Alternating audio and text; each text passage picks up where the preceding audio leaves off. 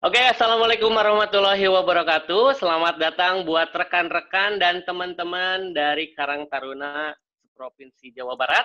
Perkenalkan, saya Emon Mijil dari Rumah Sinergi. Mohon maaf lahir dan batin. Selamat Lebaran ya semuanya buat akang-akang, teteh-teteh, pokoknya mah rekan-rekan dari Karang Taruna. Sambil menunggu yang lainnya, dari mana aja ini teh? Banyak ya. Ada yang dari Sukabumi, Subang, dari mana lagi? Dari Kota Bandung, dari Garut ada? Wah, luar biasa ya. Oke, buat akang-akang nanti boleh yang hadir di sini di acara ini boleh yang mau nanya boleh, yang itu juga boleh ya. Terus, nah sekarang tema kita di komunitas siaga COVID-19 sesi 8 temanya tentang membangun kemandirian pangan di tengah pandemi COVID-19. Wah, luar biasa temanya. Dengan narasumber Kang Herdian Satria Eka Putra, ya, SP, co-founder Fruity Table Farm, dan mantan Ketua Karang Taruna Wigar Mandala, Kelurahan Merdeka, Kota Bandung. Nah, acara ini kolaborasi antara Rumah Sinergi, Sinergi Medical Health, dan Karang Taruna Jawa Barat. Webinar ini didukung oleh Samudra Indonesia Peduli. Ya, oke. Emon Mijil sekarang mau menghubungi yang sudah ada di tengah-tengah kita, Kang Herdiansah Satria Eka Putra. Oke, Kang Herdiansah. Halo, Kang? Halo, halo. Oke. Baik, Halo. sudah siap, Kang? Kang? Siap, siap. Oke, siap. Siap. Kita akan membahas tentang pangan ya, Kang ya. Membangun kemandirian pangan di tengah pandemi COVID-19. Iya, betul, Kang. Oke, oke. Silakan, Kang Herdian Satria. Langsung nih ya. Oke. Oke, baik semua. Akang Teteh, Emang dan Teteh semua. Biasa kalau tahun manggilnya Emang begitu ya, Emang dan Teteh. Ya. Assalamualaikum warahmatullahi wabarakatuh. Waalaikumsalam warahmatullahi wabarakatuh. Oke, sebelumnya saya mohon maaf ada sedikit keterlambatan karena dari tadi udah setting agak sulit ya untuk connect dengan tim di sini. Ya, akhirnya sudah bisa connect tapi video saya yang nggak bisa gitu kan. Mohon maaf nih kalau saya cuma gambar kangkung gitu ya fotonya, bukan bentuk video begitu. Tapi semoga ilmunya nyampe buat teman-teman akan kita Amin. semua. Amin. Karang Taruna di Jawa Barat ya. Karena saya juga alhamdulillah pernah berkecimpung di Karang Taruna, tapi sekarang sudah mantan begitu karena sudah ada aktivitas lain. Saya fokus di usaha di bidang pertanian gitu kurang lebih. Oke. Oke, mangga di slide selanjutnya, Kang. Sebelumnya saya ingin mengucapkan mohon maaf lahir batin ya buat Akang Teteh semua. Taqabbalallahu minna wa minkum. Selamat berlebaran. Oke, saya ingin mengawali di slide ini sebagai yang pemuda yang pernah berkecimpung di Karang Taruna.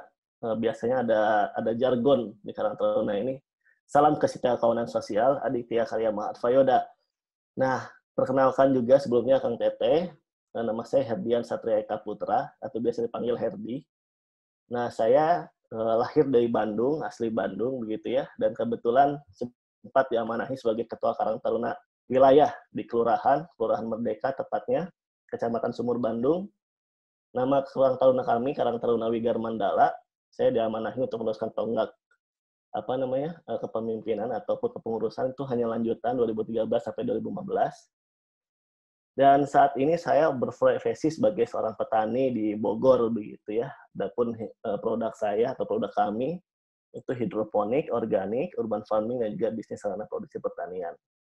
Dan ini sedikit review tentang foto-foto saya begitu kan bersama tim Karang Taruna. Di atas ada foto kami bersama pengurus, kemudian juga di bawah sempat berfoto bersilaturahim dengan Wali Kota Bandung sekarang, kalau dulu masih Wakil Wali Kota itu Mang Oded, dan juga dengan mantan Ketua Karang Taruna ya Kota Bandung itu Kang Vicky Satari begitu ya. Yuk next. Oke, salam kenal ya buat rekan TT semua. Oke, saya ingin mengawali lagi bahwa kita sebagai generasi muda itu harus bangga menjadi seorang petani, begitu. Berarti bukan seperti saya sombong atau apa, tapi ingin apa ya, bahwa sekali lagi kan petani ataupun pangan itu kan merupakan ujung tombak ya, atau apa bisa dibilang ujung tombak bagi masyarakat Indonesia, karena kalau misalnya nggak makan nggak bisa hidup begitu kan, selama ini masih bergantung pada produk pertanian, dan yang hanya bisa memproduksi produk pertanian adalah petani gitu ya. Dan alhamdulillah waktu itu saya sempat diliput oleh koran Tempo dan Trubus dengan judul Darah Muda di Ranah Tani dan juga panen cabai organik. Yo, next, ini sedikit profil. Next, boleh kan?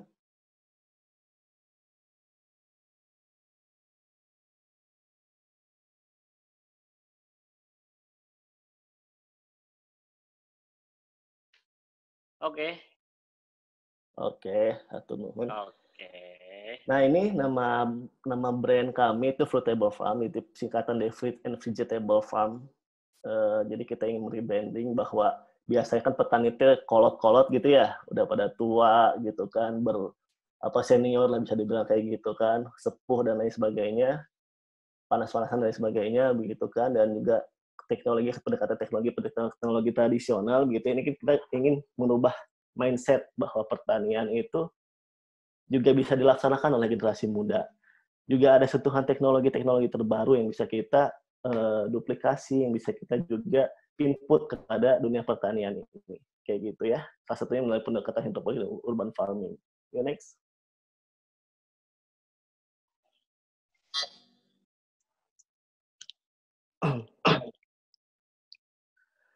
Nah, adapun produk kami begitu, pertama ada siaran sehat, kemudian instalasi hidroponik, greenhouse, pelatihan hidroponik ataupun workshop, agroedukasi wisata, dan juga landscape.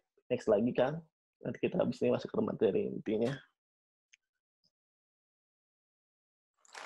Nah, ini kegiatan kami selama di kebun. Selain dari produksi tanaman, kita juga supply ke retail, salah satunya ke Lotte Mart Grosir, dan juga ke beberapa komplek perumahan. Dengan produk, kalau ke retail itu sayuran daun ya, kalau ke perumahan ada macam-macam, ada cabai merah, ada sayuran daun juga, gitu ya. Kemudian juga pengalaman kami juga waktu itu sering mengadakan pelatihan ataupun kunjungan bagi adik-adik ataupun bagi instansi sejabodetabek begitu ya. Jadi latihan langsung berkebun atau field trip lah kalau lebih seperti itu kegiatannya. Next. Oke, kita berbicara tentang materi inti ya. Ketahanan pangan. Sejauh mana bahwa bangsa kita ini masih bergantung ataupun masyarakat semua di dunia secara global itu masih bergantung terhadap produk pertanian. Karena urusan hidup, urusan makan, urusan perut itu merupakan hajat hidup umat manusia. Makanya kita dapat menyebutkan bahwa pangan itu merupakan kebutuhan dasar umat manusia yang tak tergantikan sampai kapanpun. Karena begini, selama manusia belum bisa membuat pengganti produk pertanian dari bahan-bahan apa misalnya plastik, bahan dan lainnya, karet dan lainnya, begitu batu-batuan begitu kan, selama itu pula produk pertanian masih dibutuhkan oleh umat manusia. Nah, adapun yang dimaksud dengan ketahanan pangan di sini bahwa ketahanan pangan itu dari mulai produknya, kemudian aksesnya, dan keamanan pangannya itu pertama harus mudah dijangkau, kemudian juga harus tersedia dan stabil, kayak gitu. Jadi selama persyaratan itu masih ada, dan selama itu juga kita sebagai warga negara itu masih dapat dikatakan food security atau ketahanan pangannya cukup terjamin, begitu ya. Tapi sekarang kan ada masa COVID atau PSBB, begitu ya, itu mungkin agak-agak berbeda gitu kasusnya. Next.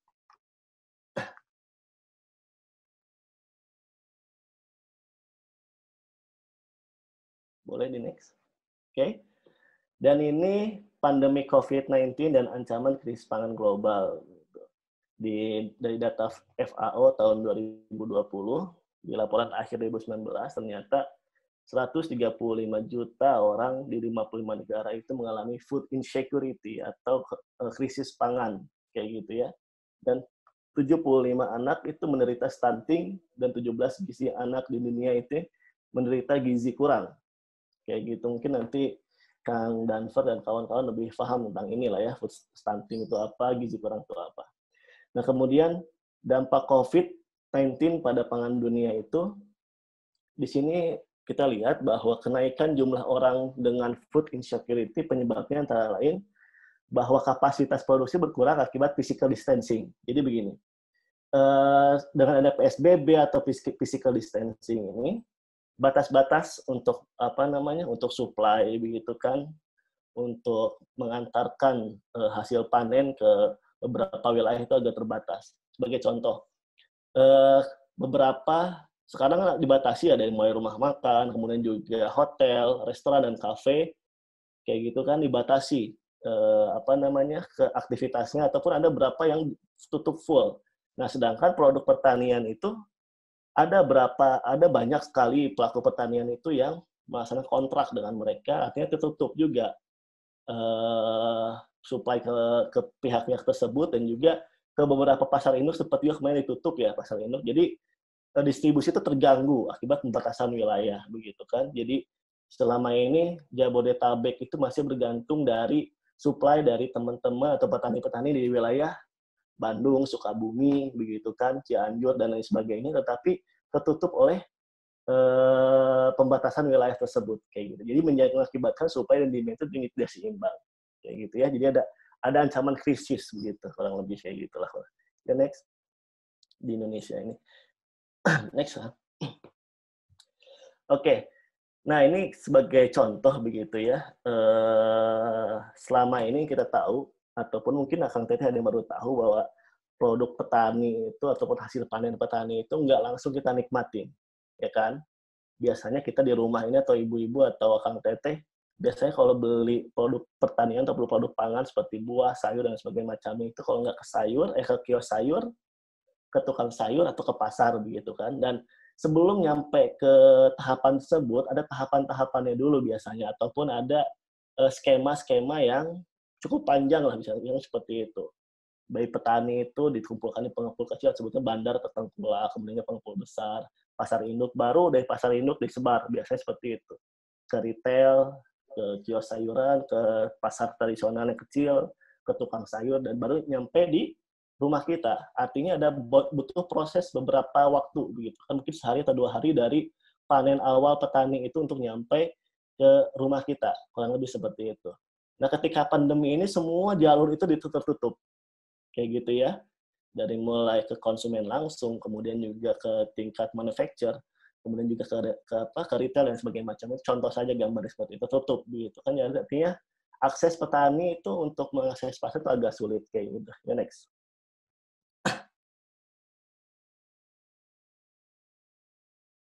Nah, ini tantangan petani Indonesia saat COVID-19 gitu. Ini saya baca beberapa artikel.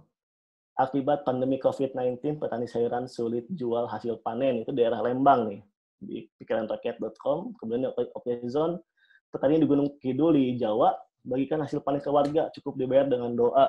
Wow, berarti sangat kasihan sekali ya petani ya. Dan petani sawit di Sumatera ini kesulitan akses pangan saat pandemi COVID, karena biasanya sawit di Sumatera itu diekspor ke Malaysia, tapi ditutup begitu, ini kesulitan begitu. Jadi semua serba sulit kayak gitu. Bahkan mungkin kemarin sempat viral ya di Instagram, beberapa petani daerah Malang nggak salah, itu sampai bagi-bagi kan ke masyarakat yang lewat di jalanan, bagi-bagi kangkung, bayam dan sebagainya macamnya. Iya, benar. Saking ya, karena produknya itu sulit untuk diterima pasar begitu, ataupun aksesnya itu berkurang begitu. Karena seperti itu. Next. Tapi itu jangan menjadi kesedihan buat kita begitu kan. Dan ada pergeseran pola konsumen kalau kita lihat di beberapa yang sempat rame begitu kan tulisan ini akibat COVID-19 di produk pertanian, khususnya kita sekarang lagi membahas produk pertanian. Sekarang ini rata-rata karena banyak kegiatan di rumah ya, ataupun WFH atau di rumah aja gitu ya. Sekarang ini rata-rata ataupun kebanyakan mulai aware terhadap pangan atau terhadap pertanian begitu kan. Makanya rame lah trend you eat yourself, untuk menambah skill baru di rumah, salah satunya berkebun dan memasak begitu. Jadi mulai rame tuh. Saya lihat sampai terakhir tuh di Instagram saya lihat artis Niji Giring itu sampai membeli peralatan berkebun tuh dari Instagram kayak gitu. Jadi mulai rame lah seperti itu. Webinar juga menjamur sekarang di Zoom, kuliah WhatsApp, IG, live streaming dan lain-lain. Webinar ngebahas tentang pangan kayak gitu salah satunya.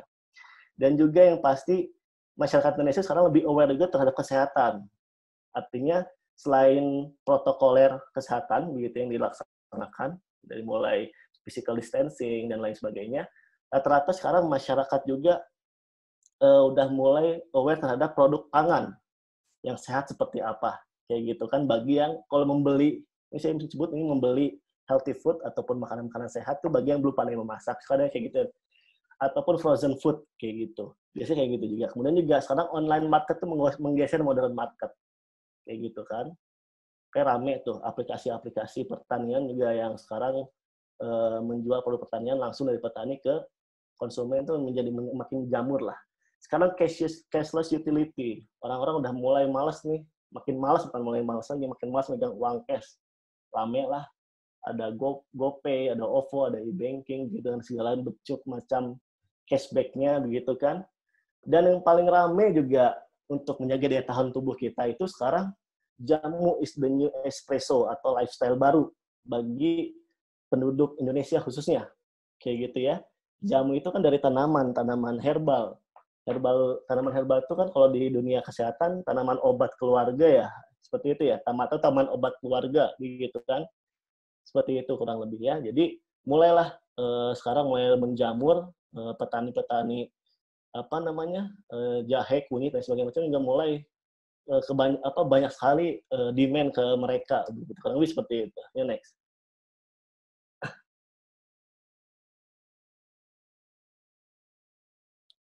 Oke, berkebun menyenangkan nih. Saya pengen mengubah mindset bagi orang ataupun masyarakat di Indonesia ataupun di bukan Indonesia sih. Sharing lah buat teman-teman Karang Taruna bagi yang belum pernah mencoba menanam gitu kan atau takut. Bisa takut nih geli-geli dengan cacing kayak gitu kan. Nyentuh tanah udah jijik bisa dibilang seperti itu. Kita coba perlahan-lahan begitu ya, perlahan untuk belajar. Untuk yang pertama ini kita ubah mindset itu adalah kita harus tahu dulu kebutuhan tanaman ataupun kebutuhan bahan pangan yang akan kita tanam begitu kan. Kalau saya nyebutnya di sini menanam yang dimakan dan memakan yang ditanam. Jadi kita harus tahu dulu nih apa aja nih bahan-bahannya yang suka kita makan kayak gitu kan. Jadi contohnya ini ada singkong, ada buncis, ada bayam, cabai begitu kan, tomat, lemon, jahe, pepaya contohnya.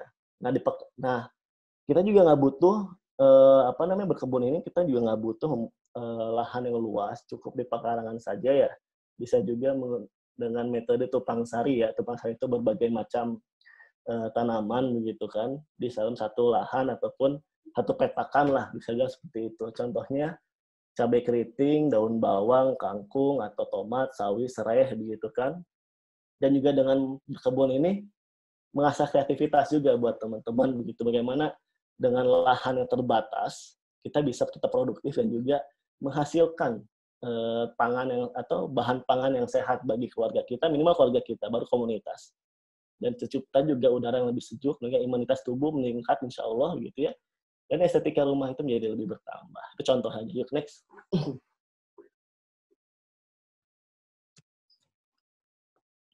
Oke, ini sumber gizi kebun pangan keluarga. Jadi ada semacam bahwa sumber gizi itu banyak ya.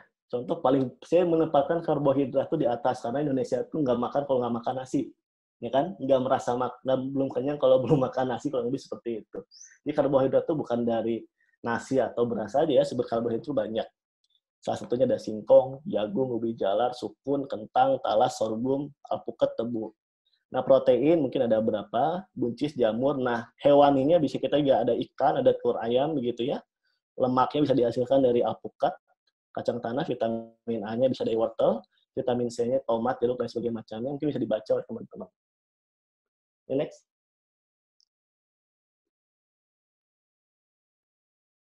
Oke. Sekarang lagi rame juga nih. kan nggak bisa kemana-mana ya, hanya di rumah aja ya. Jadi kita menciptakan kemandirian pangan itu dari pekarangan kita dulu, nggak usah jauh-jauh gitu ya. Kita isi kegiatan produktif ini dengan dari berbudidaya ataupun menanam dari pekarangan kita, atau kita sebut biasanya urban farming. Ini saya memberikan beberapa contoh gitu ya, metode-metode yang bisa dilaksanakan oleh emang-emang dan teteh-teteh atau akang teteh. Yang pertama itu dengan hidroponik sederhana, kemudian yang kedua ada vertical garden atau vertikultur, kemudian juga menanam di polybag atau media limbah, budidaya ikan dalam ember atau budik damber, ini lagi rame juga di YouTube nih, budidaya ikan dalam ember, jadi salah satu alternatif protein selain dari protein nabati dan protein hewani ya dari ikannya. Kemudian tanam buah dalam pot atau tabulam pot, dan pergola tanaman merambat buat akang teteh nih. Yuk next. Jadi berbudidaya di pekarangan ini kita coba seefisien mungkin dari segi permodalan, dari segi apalagi tuh bahan-bahan dan lain sebagainya macam lah gitu. Jadi saya ingin share begitu ya ke teman-teman bahwa bertani itu jangan mikir dulu modal yang besar, kita bisa manfaatkan ya sekeliling kita dulu, kalau seperti itu. Oke. Nah ini hidroponik sederhana. Jadi hidroponik itu kadang kan orang berpikiran modal besar begitu dan sebagainya macamnya. Ternyata ada beberapa alternatif media atau wadah tanah yang bisa kita buat untuk menanam hidroponik. Satu yang pertama nih, yang paling kiri atau di tangan kita paling kiri ya, itu nampan yang ada lubang-lubangnya itu apa sebutannya, itu kayak saringan gitu lah ya. Saya nyebutnya wadah nampan plastik. Alat-alatnya nampan plastik, tatakan plastik, kemudian yang tengah ini kita bisa memanfaatkan yang ibu-ibu nih, gambar ibu-ibu. Kita bisa memanfaatkan styrofoam bekas buah. Mungkin teman-teman sering ya melihat di tukang buah tuh banyak styrofoam kayak gini, itu bisa kita manfaatkan juga. Kalau misalnya main ke tukang buah itu, kadang tukang buah itu nggak mau dihargain. Dia terserah, kita ambil aja gratis buat kasih, karena bagi mereka itu ini adalah sampah. Ini bisa kita manfaatkan. Atau kalau misalnya main ke supermarket, biasanya di gudang-gudang suka banyak, atau di pinggir dekat parkiran suka banyak. Itu nggak dimanfaatkan juga, bisa kita minta. Kayak gitu. Jadi artinya minim modal. Ini kita sediakan juga selotip hitam, plastik hitam buat di dalamnya, kawat lubang styrofoam gitu kan. Kalau ini botol minuman ini cukup banyak lah ya, limbah-limbah. Kita disediakan kain flanelnya jangan lupa, dan juga cutter. Bahannya itu, ini kan alat ya, sekarang bahannya itu ada benih, ada media tanam berupa rokul, atau arang sekam, atau kokopit. Terserah akan teteh memakai yang mana. Nutrisi AB mix, net pot atau gelas plastik. Jadi kita seefisien dan seoptimal mungkin lah untuk bertani ini. Next. Adapun ini vertical garden atau vertikultur, yang pertama yang paling kiri yang orang lagi nyiram itu, kita bisa memanfaatkan botol-botol bekas juga ya, yang dihias ya, dicat dengan sedemikian rupa kayak gitu ya, ditempel di tembok menggunakan kawat atau tali tambang dan juga paku kayak gitu. Kemudian talang air bisa dibuat bersusun-susun, ngetrap gitu kan, kayak gitu. Bisa menggunakan talang air atau bambu atau apa begitu ya, dan bambu juga bisa nih. Biasanya di teman-teman di di daerah ataupun daerahnya yang masih banyak bambu bisa dimanfaatkan juga nih, contohnya kayak gitu. Nah bahannya pun bisa menggunakan tanah, kompos. Nah komposnya itu kita bisa membuat sendiri loh teman-teman, gitu akan kita semua. Kompos kita nggak usah beli, kita bisa manfaatkan limbah-limbah dapur untuk jadikan kompos gitu ya. Nah limbah dapur itu, pot kompos ini matangnya itu berkisar 1-3 bulan lah kurang lebih begitu. Tapi kalau misalnya kita kumpulin, rajin begitu kan, kumpulin disimpan tempat teduh, kasih campur dengan tanah dan sebagainya macamnya, seperti dedaunan ataupun sisa-sisa bekas biasa potongan-potongan buat masak tuh, misalnya daun-daun, potongan daun ataupun kulit pepaya, kulit semangka dan sebagainya macamnya, bisa kita campur begitu ya. Pupuk kandang, nah kalau pupuk kandang ini kalau di perkotaan tuh biasanya suka seneng ya melihara kelinci, saya salah, maaf. Kelinci bisa kita pelihara, itu kotorannya bisa kita manfaatkan untuk menjadikan pupuk kandang. Urinnya pun bisa kita manfaatkan untuk dijadikan sebagai pupuk kandang cair begitu kurang lebih.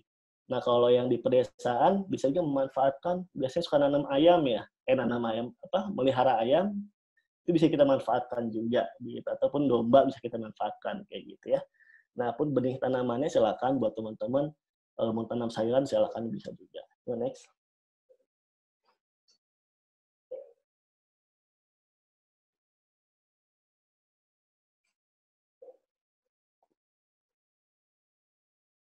Oke, ini kita bisa menanam di polybag atau limbah kayak gitu ya.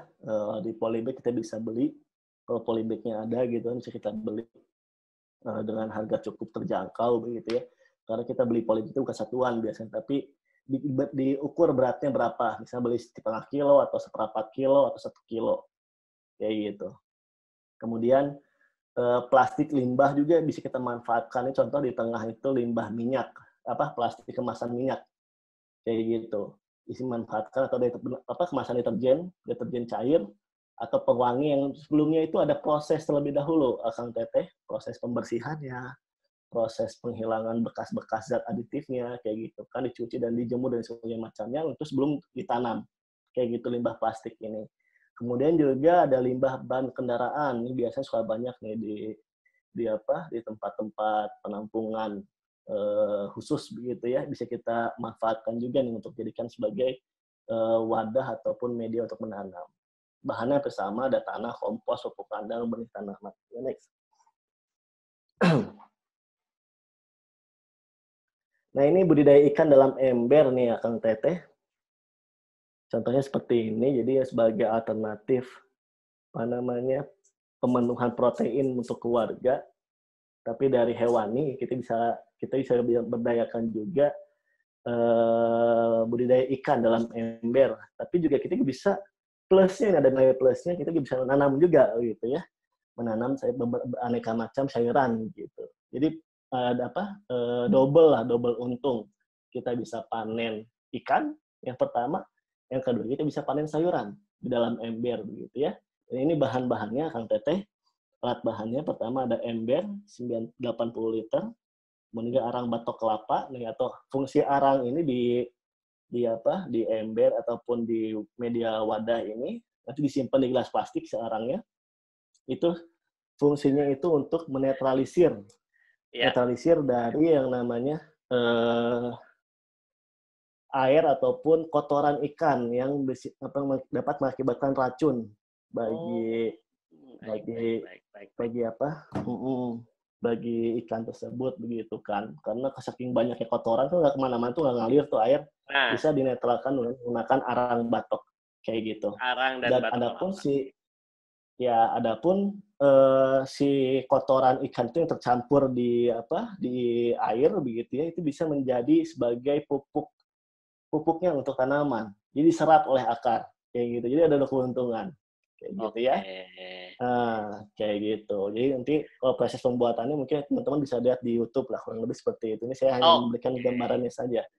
Ini ada bahan, ada kawat juga, ada solder juga, ada tang juga ya, kayak gitu. Oke, next. Nah, ini menanam buah dalam pot, tetap bolam pot, kayak gitu ya. Jadi alatnya itu bisa menggunakan pot tanaman berdiameter cukup besar, 50 atau 40, terserah gitu kan. Kemudian juga menggunakan juga drum-drum bekas bisa kita manfaatkan. Atau kalau mau beli bisa ada juga namanya planter bag. Jadi mirip lagi dengan semacam bahan-bahan kalung tapi agak tebal begitu ya. Dan bahannya juga bisa tanah, arang sekam, pupuk kandang, bibit buah gitu ya. Jadi kalau teman-teman ingin buah juga begitu kan, bosan ngomongin sayur terus, ada juga kayak gitu. Salah satu contohnya menggunakan tabulam pot kayak gitu ya. Next. Oke. Ini pergola tanaman merambat.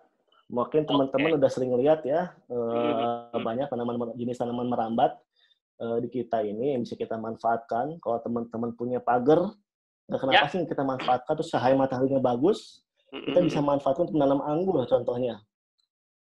Atau kalau pengen nanam herbal, ada binahong, ada serai, ada apalagi itu, ada daun cincau misalnya, kalau lagi pengen nanam. Kayak gitu kan, bisa kita manfaatkan ya kan? Luar biasa. Gitu. Atau kalau ini ada sayuran, ada semacam sayuran pare itu di kanan tuh. Oh atau iya, paria lah, pare alias bahasa Sundanya paria. ya. Paria. Nah, paria yang Oke, pahit. Ari. Jadi pare itu kalau bahasa petani itu Hmm. mau nanam sebanyak apapun tetap gagal. Kenapa gagal? Karena rasanya nggak pernah manis kayak gitu. Nah, leres. Pahit, Pahit leres. wae gitu nya. Jadi gagal we Oke nggak deh. pernah berhasil lah nanam pare kayak gitu ya. Jadi kurang lebih seperti itu kalau kidding apa bercanda-bercanda petani gitu kalau saya di kampung gitu ya. Ya next. Kalau bahan hampir Oke. sama lah, bahan-bahan Perlu sama tanah, siap. arang setan. Kang, Ya, Emot ingetin kepada Akang Teteh yang mau bertanya, boleh nanti pertanyaannya lewat chat Zoom atau raise hand ya. Boleh nanti pertanyaannya disiapin dulu, nanti dikumpulin dulu oleh admin, nanti kita tanya jawab ada sesinya. Kira-kira 10 menitan lagi, Kang, siap. kita akan membahas. Oke, silakan Siap, dilanjut, siap. Kang. Ini udah mulai apa? Dikit lagi nih. Ya, Siap, siap. siap. Bangga lanjut. Oke, ini juga kita bisa manfaatkan bahan dapur di rumah kita sebagai sumber kehidupan, kayak gitu kan. Jadi kalau kita nggak mau beli benih atau nggak mau beli apa lagi, bisa kita manfaatkan juga bahan dapur. Itu satunya menjadikan sebagai benih dan juga pupuk kompos. Ya, next.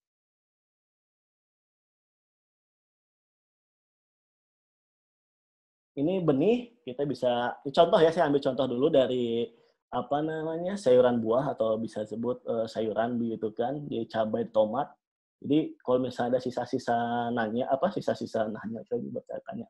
Sisa-sisa apa bekas masak di dapur, suka ada tuh yang nggak kepake ataupun yang agak-agak busuk, itu bisa kita ambil bijinya dijemur dan dijadikan benih. Contohnya cabai. Yo next. Kalau tahapan mungkin bisa dibaca ya buat teman-teman. Yo next.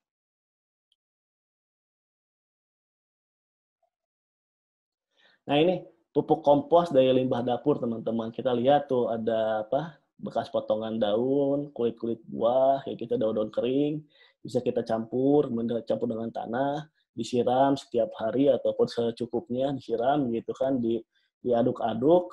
Mungkin ini kejadian berlangsung terus-menerus begitu ya sampai si apa namanya si bahan-bahan tadi yang kita masukkan yang kita campurkan itu menjadi seperti betul seperti tanah tapi bukan tanah.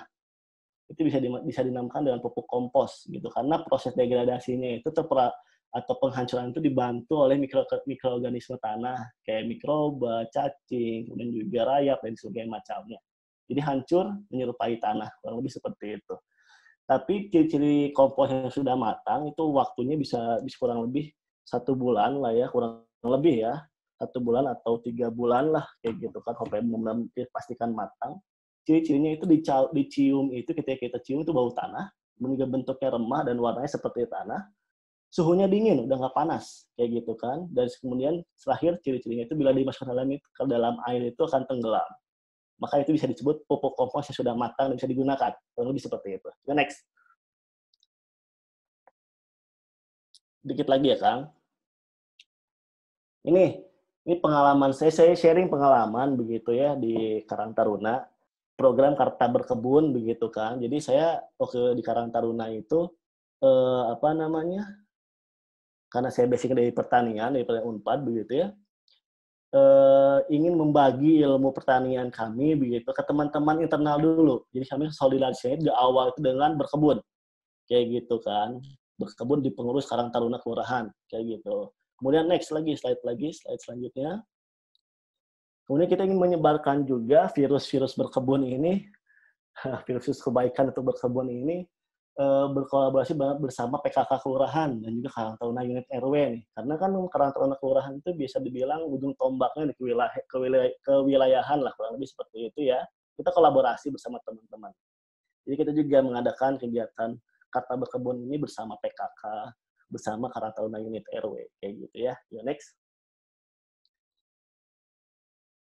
Dan ini gerakan kebun pangan komunitas gitu. Jadi sekarang ini mulai ramai juga nih kebun pangan nih ya. Dan ini kemarin pengalaman kami di Bogor tepatnya bersama teman-teman CSR Antam gitu ya. Itu dengan ibu-ibu kayak gitu menanam hidroponik kayak gitu kan. Next.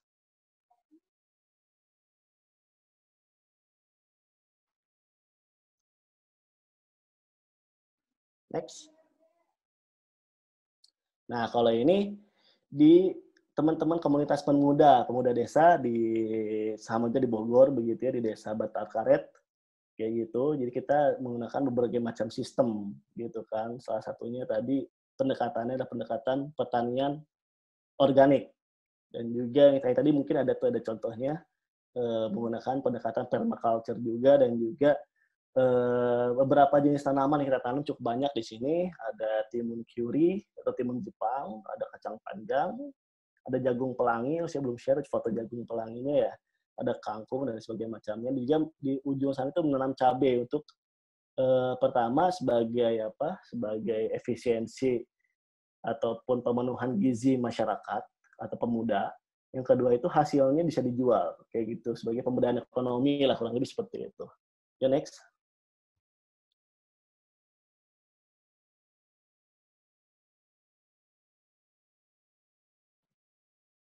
Nah, berhubung kemarin atau sampai saat ini masih PSBB ya, kayak gitu kan. Jadi kemarin ada keterbatasan. Makanya dari pengelolaan itu kita konsultasi secara virtual atau monitoringnya secara virtual melalui video call kayak gitu ya. Jadi kita dampingi teman-teman di gerakan kebun pangan komunitas ini begitu kan. Kayak gitulah. Jadi ibu-ibu pemuda bisa menanam sampai panen sampai dijual itu alhamdulillah kayak gitu kan. Bahkan di ibu-ibu tuh asetnya itu apa hasil penjualan udah melebihi 2 juta dari beberapa kali panen begitu kan, 2 juta rupiah untuk diberdayakan ataupun sebagai uang kas ibu-ibu begitu ya, kayak gitu.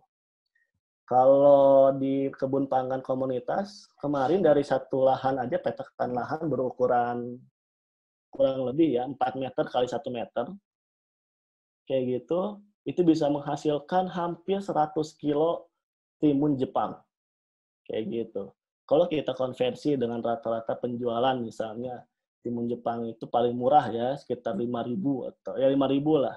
Itu lumayan lah dari 500.000 begitu kan. Dari satu jenis komoditi begitu dengan lahan yang terbatas, kayak gitu kurang lebih. Yuk next.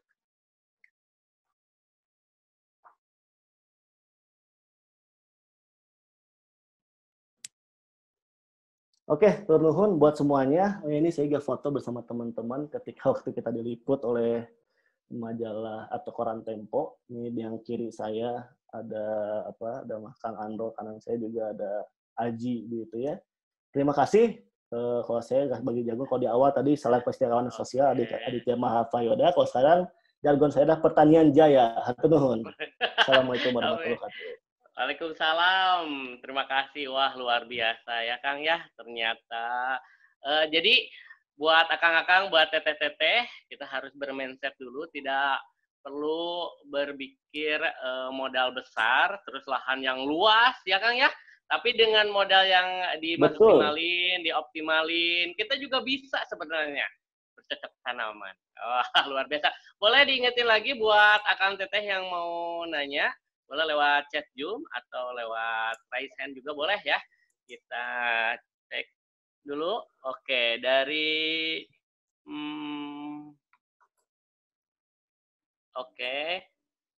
Oke, dari Subang. Selamat datang Kang dari Subang. Wah, luar biasa Karang Taruna Subang. Terus Karang Taruna Bogor. Wah, luar biasa ya. Nah, kalau misalnya Bogor luar biasa.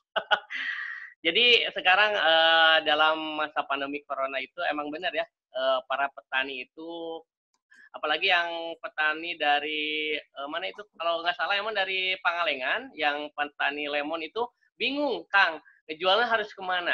Karena semua aset itu ditutup. Betul. Nah, kiat-kiatnya boleh dikasih tahu dong buat kita semua, gimana itu? Alternatif pangsa pasar ya? Iya, pasarnya. Oke, kalau alternatif emang kita harus memiliki beberapa alternatif ya untuk pemasaran begitu kan. Jadi sekarang emang agak sulit itu ketika pemasukan minim atau berkurang atau tidak ada sama sekali, berarti daya belinya berkurang juga ya begitu kurang lebih. Nah, benar banget. Gitu kan. Tapi dengan kekuatan kebersamaan begitu ya Kang Teteh, apalagi jiwa kesetiakawanan sosial dari Karang Taruna, ini bisa menjadi ladang bisnis baru nih buat Karang Taruna khususnya, kayak gitu kan. bisa membantu penjualan ataupun membuka akses petani misalnya. Ya emang sih skalanya kecil dalam artian begini, tidak kuantitinya tidak sebanyak petani menjual langsung, misalnya berkintal-kintal atau bertonton. Mungkin kalau teman-teman Karang Taruna membuka akses dari teman-temannya, kayak gitu kan, ataupun membuka akses ke warganya, tetangga-tetangganya, membantu jualan produk petani, begitu ya. Itu kalau dikumpulin, misalnya pembeliannya 2 kilo, 3 kilo, kayak gitu kan, atau sekilo, begitu kan, pembelian. Tapi banyak orang itu juga hampir sama kalau dikumpulin ya, misalnya kuantitinya, kayak gitu. Jadi, ini saya kaitannya dengan Karang Taruna ya. Jadi sebagai ininya apa namanya bantuannya itu nanti ataupun supportnya itu, jadi teman-teman Karang Taruna juga bisa mengambil margin dari sana. Mengambil margin untuk usaha ekonomi produktif Karang Taruna begitu sebagai penjual ataupun reseller dari lemon ini sendiri. Jadi intinya konsep guyup lah kurang lebih seperti itu sebagai warga Sunda gitu ya. Kayak gitu. Kalau kemarin sih kayak gitulah kurang lebih lah ya. Oke, iya karena tidak hampir semua ya kita terkena dampaknya COVID-19. Oke, ada yang mau bertanya, Kang? Betul. Dari Kang Agus Gunawan. Kang Agus dari mana ya? Oke, Kang Agus minta nomor kontak pemateri. Oke, nanti ya Kang Agus ya. Kita akan itu ada di slide ya. Oke. Nah, ini ada dari Kang Agus juga. Mau nanya, benih tanaman bisa dipesan di narasumber nggak? Nanti private chat aja, Kang. Oke.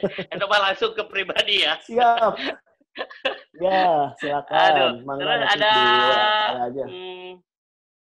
Nah, dari Kang Ridwan Kurniawan, Assalamualaikum, salam sehat untuk semuanya. Waalaikumsalam warahmatullahi wabarakatuh. Saya Ridwan dari Teplan, Kota Bogor. Wow, jauh banget. Ada pertanyaan dari saya. 1, kenapa sayuran atau buah organik dan non-organik terkadang selisih harga jualnya agak sedikit jauh? Apalagi karena perhitungan biaya produksi. Nah, yang kedua adalah ketika semakin banyak rumah membuka kebun untuk kebutuhan keluarga atau untuk dijual, untuk ekonomi keluarga menjadi petani kota, berarti daya beli masyarakat sedikit berkurang. Apa itu tidak mengganggu pendapatan petani desa karena daya beli masyarakat kota semakin berkurang?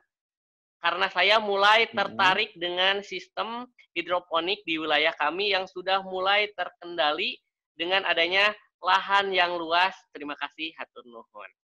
Oke, mangga. Jadi yang pertama adalah perhitungan biaya. Oke, Kang Herdiansah, boleh? Oke, terkait biaya ya untuk produk organik itu emang agak mahal itu karena penanganannya juga cukup eksklusif gitu kan, bisa dibilang dari persyaratannya. Pertama dari persyaratan, kalau organik itu kita pertama harus memiliki sertifikasi gitu kan, pengurusan sertifikasi membutuhkan biaya gitu kan. Yang kedua juga kondisi lahannya minimal 3 tahun itu harus dalam keadaan belum digunakan atau masih perawan lah kurang lebih seperti itu. 3 tahun itu nggak boleh digunakan apa-apa kayak gitu. Dan yang ketiga perawatannya juga cukup lumayan begitu kan, modalnya dan lain sebagainya macamnya. Dan hasil panennya itu tidak sebanyak produk non organik. Jadi menjualnya itu bukan kuantiti, tapi lebih ke arah kualitas. Kayak gitu kan, kualitas juga nilai-nilai yang dipegang. Kayak gitu. Nah, itulah yang menjadi alasan kenapa produk organik itu lebih mahal daripada konvensional. Kalau konvensional itu biasanya mengejar selain kualitas, tapi kualitas kurang diperhatikan biasanya karena kalau pasar tradisional itu mengejar kuantiti. Kayak gitu kan, jadi harganya lebih ini, dan juga persaingannya itu kalau konvensional persaingannya itu petani se-Jawa Barat misalnya. Jadi banyak, jadi harga itu banting-banting harga lah kurang lebih seperti itu. Kayak gitu ya kalau konvensional, bisa bedanya seperti itu. Nah, kalau organik pasarnya juga eksklusif. Kayak gitu kan, selain di retail misalnya di supermarket, bisa dipasarkan juga di komunitas-komunitas pecinta makanan organik atau vegetarian misalnya. Ada juga komunitas masyarakat pecinta organik di Indonesia kayak gitu kan. Jadi itu juga eksklusif dan juga pasarnya premium lah, kelasnya bisa bilang seperti itu. kayak gitu ya. Itu juga menjadi alasan. Dan yang kedua, ketika makin banyak rumah yang berkebun ataupun bertani gitu ya, ataupun dengan metode urban farming, apakah berpengaruh terhadap daya beli atau daya jual petani? Saya pikir tidak akan berpengaruh besar ya, karena juga kita nanam juga kan nggak semua yang kita tanam, kan benar nggak sih?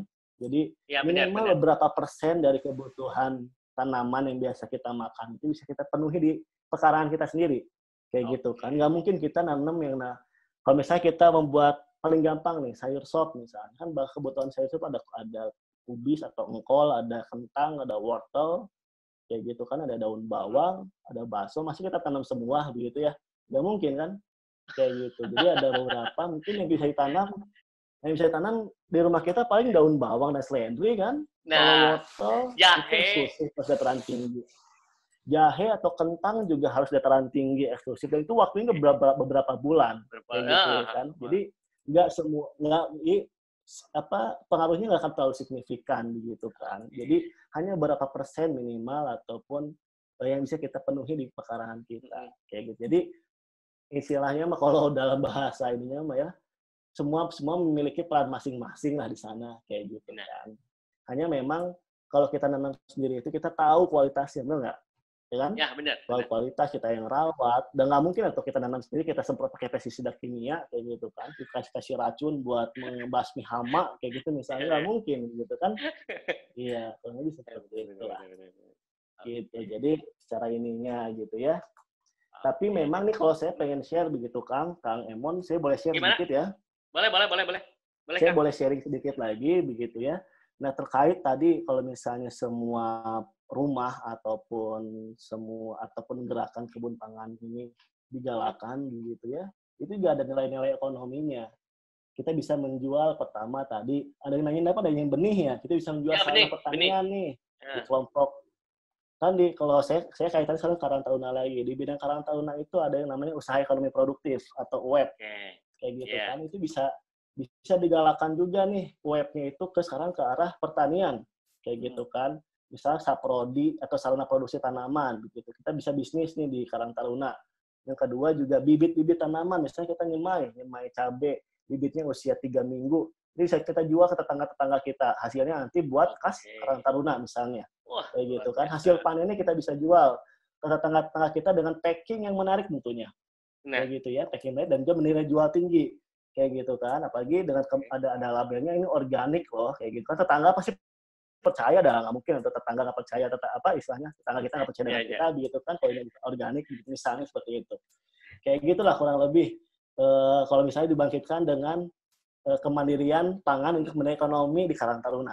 Kayak gitu kan ya. Nuhun. Oke, jadi tadi juga sudah dijelaskan ya buat Akang Teteh tidak berjiwa anak muda juga bisa untuk bertani. Wah, luar biasa. Dan tadi juga ada sedikit makan yang dimakan, gitu ya Kang ya? Dan nanam yang dimakan dan memakan yang ditanam dan gitu. Memakan yang ditanam. Wah, luar biasa. Betul. Itu. Tapi ini juga Kang, kalau Emon ini kalau dibudidayakan di Kota Bandung itu bagus ya Kang. Ini kalau misalnya setiap Karang Taruna kita bisa bersosialisasi, terus kita menanam tanaman hidroponik juga. Tapi ini belum ada ya Kang kalau di Bandung.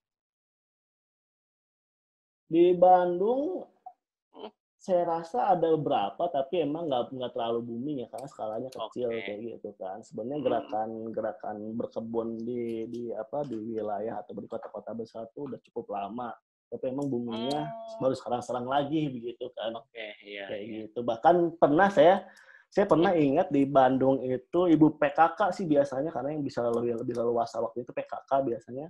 Di daerah Ujung Berung kalau nggak salah ya, itu menanam daun bawang, hasilnya itu dijual ke tukang martabak kayak gitu. Jadi luar buat biasa.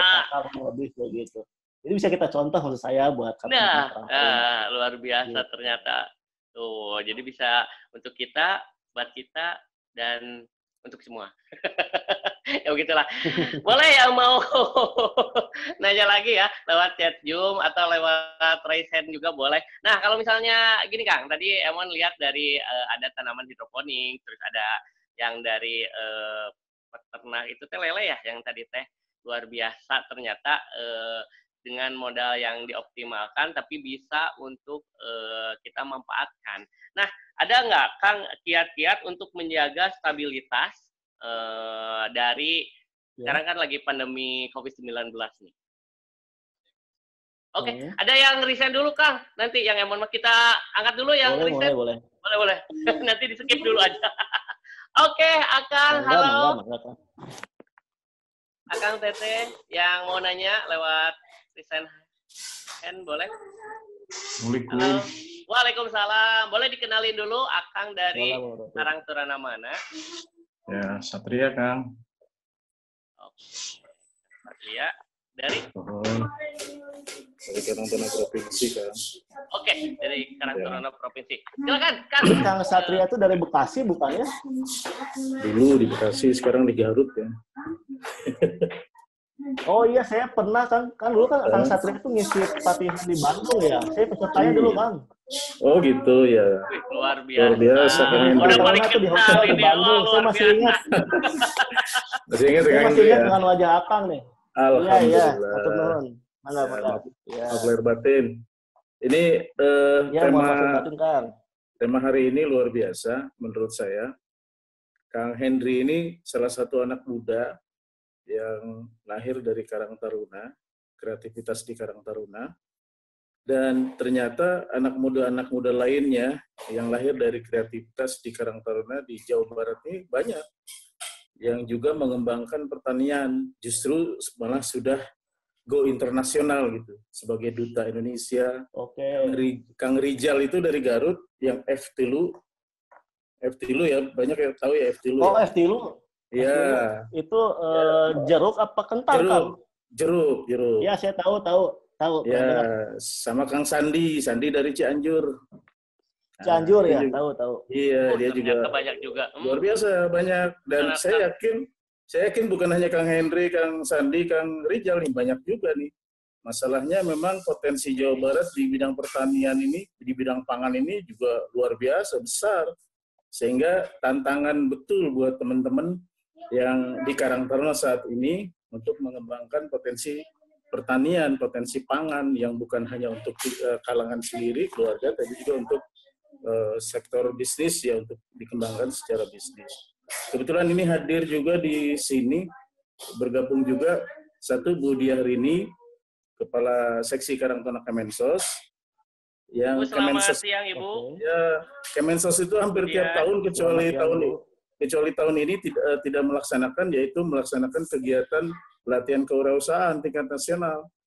Nah, itu biasanya kalau pelatihan kewirausahaan Kemensos itu kalau nggak diselenggarakan di Cinegara itu, tempatnya Haji Bahrum, Bogor. Terakhir kemarin malah di Ciwidey itu tempatnya Pondok Pesantren Kiai siapa gitu ya. Nah, itu artinya memang dorong kewirausahaan kita lebih banyak ke pertanian, perikanan, perkebunan, dan sebagainya. Yang kedua, ini hadir juga Mang Billy. Mang Billy ini Ketua Koordinator Bidang di Pengurus Karang Taruna Provinsi Jawa Barat, bidang penguatan ekonomi pemuda nih. Mang Billy ada nggak Mang Billy? Mang Billy. Oke, Mang Billy, selamat. Billy KT. Billy Imam Sebukti ya. Oke, selamat siang Mang Billy. Beliau juga Ketua Koperasi Karang Taruna Sejabar. Nah, bagaimana caranya potensi-potensi termasuk jaringan pertanian, perkebunan, perikanan ini betul-betul nanti bisa berinduk di Karang Taruna Jabar. Kita lagi mengembangkan inkubator bisnis supaya betul-betul tadi yang misalnya kebutuhan yang butuh bibit di mana masih kita bisa akseskan dan lain sebagainya. Kita juga membangun kemitraan dengan dinas instansi terkait. Terakhir kita dengan Disnak itu dinas peternakan menyelenggarakan kegiatan pembukaan wirausaha baru di kalangan anak muda Karang Taruna.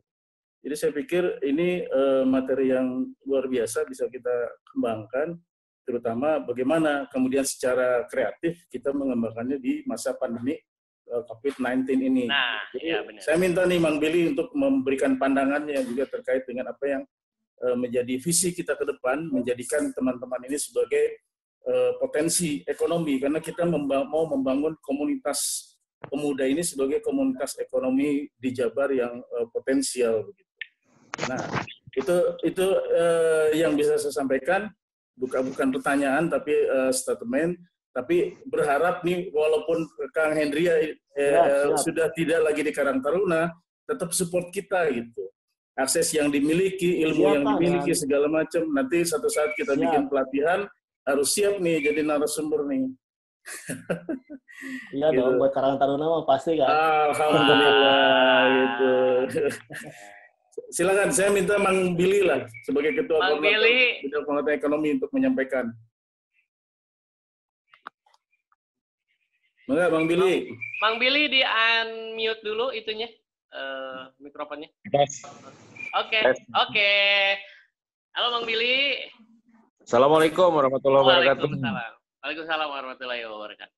Wah, ini bagus banget ini. Orang lagi pada pusing gitu ya, mikirin kumaha ieu teh PSBB teh kepanjangan gitu kan. Ya, dipanjang-panjang gitu. Ya, katanya cuma 14 diperpanjang hari. lagi ya, Kang. Diperpanjang deui. 12 Juni itu nah. Udah 12 Juni. Betul, 12 Juni. Ini pasti akan berdampak lah. Sekecil apapun pasti akan berdampak ke ekonomi kita gitu ya. Kemudian kebutuhan kita kan nggak mungkin berhenti kan. Nah sebetulnya kalau masyarakat mau bersinergi sebetulnya sih akan lebih mudah. Yang sekarang itu kan jadi masalah itu adalah kita belanja ke mananya. Pasar banyak yang ditutup juga kan sekarang. Ada pasar, ada yang terjangkit ditutup pasarnya. Gitu kan? Nanti lama-lama akan semakin sulit memang. Nah, solusi yang tadi betul, itu bagus. Jadi kita menanam sendiri apa yang bisa ditanam di tempat kita sendiri. Tapi kan tidak semua komoditas bisa ditanam di rumah kita sendiri, karena lahan kita juga mungkin terbatas. Gitu mungkin, Kang. Makasih, Kang. Assalamualaikum warahmatullahi wabarakatuh. Oke, waalaikumsalam warahmatullahi wabarakatuh. Mang Billy sama Kang Satria, terima kasih hatur nuhun. Kang Herdian? Halo, yep. Kang? Oke, masih ada? Halo. Oke. Masih hadir. Oke, Kang. Kita mau ke pertanyaan dulu. Mangga. Oke, ada lagi? Tadi masukannya bagus ya dari Kang Billy. Kang? Ini saya baca di chat ada nih masuk nih dari Kang Abdul Muid nih. Kang Abdul Muid. Oh, ada yang dari Kang Rino dari Karang Taruna Cimaung, Kang. Pertanyaannya ada yang pertama, kira-kira tanaman sayuran dan buah-buahan apa saja yang bisa dipanen dalam waktu 3 bulan dengan sistem hidroponik? Yang kedua, tadi ada pembahasan mengenai pupuk cair, bagaimana cara membuatnya. Yang ketiga, tanaman pasti terkena hama, bagaimana mengatasinya tanpa menggunakan obat pertanian. Oke, terima kasih buat Kang Rino dari Karang Taruna Cimaung. Kang Satria, oke. Boleh, Kang? Siap. Ini Kang Rino atur nuhun pertanyaannya Kang Rino ya. Cimaung itu Kabupaten Bandung ya? Nah, Kabupaten Bandung, Banjaran kan itu gitu? Banjaran ya? Kan itu, Banjaran. Ya, mudah-mudahan saya benar ya. Soalnya udah lama nih saya nggak ke Bandung semenjak PSBB dari awal udah lama juga. Dari bulan Maret, dari bulan Maret. Apalagi sekarang diperpanjang. Perketat. Oke, untuk Kang Nuhun nih pertanyaan. Saya izin jawab ya Kang Emon ya. Siap, Mangga. Untuk Kang Rino, pertanyaan pertama, kira-kira tanaman sayuran dan buah-buahan apa aja yang bisa dipanen dalam waktu 3 bulan dengan sistem hidroponik? Kayak gitu ya. Lama-lama, 3 bulan kan? Oke, kalau sayuran itu normalnya sayuran daun itu maksimal 1 bulan, Kak. Kayak gitu. Jadi sayuran daun kayak kayak pakcoy, kangkung, cesim begitu ya. Apalagi itu biasa kita nanam bayam kayak gitu. Itu biasanya normal terus 30 hari lah kurang lebih. kayak gitu. Normalnya begitu. Bisa lebih cepat juga tergantung dari perawatan dan juga lingkungan sekitar tanaman tersebut. Kayak gitu. Nah, kalau ada juga yang 3 bulan itu kayak kayak cabai kayak gitu kan, itu bisa 3 bulan panen kayak gitu. Tapi sistemnya berbeda, Kak. Sistem cabai itu atau buah-buahan itu ada yang dinamakan dengan menanam di menggunakan ini, Kang, menggunakan ember bekas. Kalau kita mungkin tahu ya ember es krim. Kayak gitu kan, sebagai contoh nih, sebagai contoh ember es krim itu jadikan sebagai pengganti pot kayak gitu, dan diisi dalam itu diisi dengan nutrisi tanamannya kayak gitu. Jadi nutrisinya itu ada 2. Yang pertama usia vegetatif atau sekitar 30 hari pertama itu kita berikan nutrisi daun kayak gitu. Baru 30 hari berikutnya ataupun 60 hari berikutnya itu selama 2 bulan ke depan begitu kan, dari mulai berbunga sampai berbuah itu kita berikan nutrisi buah kayak gitu ya. Jadi ada cabai kalau di sayur-sayuran buah ya, kemudian juga ada melon, ada stroberi kayak gitu kan, ada paprika kayak gitu, ada juga kalau misalnya suka pernah nanam apalagi ya, beberapa jenis lah begitu. Atau pernah nanam ini enggak kabocha kayak gitu kan, atau labu ini ya, labu Jepang kayak gitu kan. Kayak gitu itu juga bisa kayak gitu. Itu contoh ya. Kemudian pembahasan mengenai pupuk cair, bagaimana cara membuatnya. Jadi sebenarnya gini, kalau pupuk cair itu biasanya atau kebanyakan kalau kita lihat di video atau di YouTube itu kebanyakan orang-orang itu memesan namanya cairan E4 atau membeli E4 ya. Padahal E4 itu sebagai bioaktivator ya. Ntar itu mungkin di searching ya E4 itu apa, begitu kan botolnya warna kuning, fungsinya apa kayak gitu. Tapi kita bisa membuat sendiri. Jadi sekarang kita pikirkan adalah bagaimana membuat sesuatu itu tanpa harus membeli, tapi kita memberdayakan yang ada di lingkungan kita. Nah, teman-teman ataupun Kang Rino ataupun yang di desa ataupun yang masih ada potensi alam di sekitar wilayahnya begitu ya, buat teman-teman Karang Taruna, itu ada di akar bambu itu mengandung mikroba yang cukup banyak. Kayak gitu. Nah, kenapa kita berpikir, kita logikanya begini, kenapa sampai sekarang ini bambu itu jarang sekali yang terkena penyakit, yang terkena hama, nggak pernah ada kan, kuat, kokoh sampai tua dipanen. Itu karena memiliki jaringan mikroba yang cukup banyak, sampai jutaan ataupun miliaran mikroba di dalam perakarannya. Jadi sehingga mereka kuat dan juga daya tahan atau imunnya itu kuat diserang dari berbagai macam penyakit kayak gitu. Jadi kita bisa manfaatkan itu tuh. Itu yang pertama, akar bambu kayak gitu kan. Bambu. Jadi kita campurkan. Yang kedua, ada bahan yang namanya gedebok pisang, Kang. Gedebok pisang naon tuh bahasa Indonesia teh? Gedebok pisang teh naon sih bahasa Indonesia teh? Gedebok cau naon lah. Tidak ada gedebok caunya emang. Cuman gedebok itu apa tuh ya? Nah, mungkin itulah. Ya bisa teh jauh. Paragi wayang gitu naon. Gebok. Jadi gebok cau itu atau gebok pisang itu juga memiliki mikroba dan juga kandungan bioaktivator cukup banyak kayak gitu. Jadi kita nggak usah beli soalnya dia. Ini beruntung nih yang Karang Taruna atau pemuda yang masih banyak potensi ini di wilayahnya, baik di desa maupun di kota kayak gitu. Yang selanjutnya kita bisa memanfaatkan juga air cucian beras, Kang. Kayak gitu ya. Air cucian beras. Dulu juga. Kita bisa manfaatkan. Biasanya emang mah diminum. Nanti semua. Jadi kita tahu mah apa namanya sehat palingan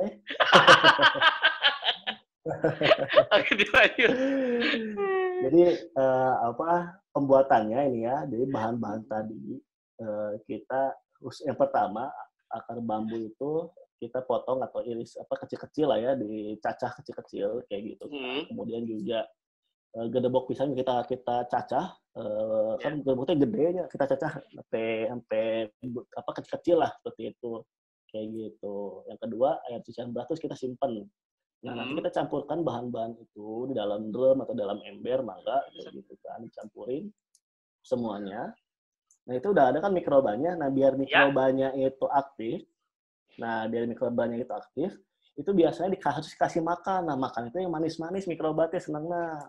Gula merah, gula pasir, kayak gitu. Atau di daerah Majalengka, Cirebon, sih ada orang Majalengka nggak? Banyak tuh air tebu. Majalengka pasti. Banyak kan perkebunan tebu di sana. kayak gitu ya, kita bisa manfaatkan kayak gitu.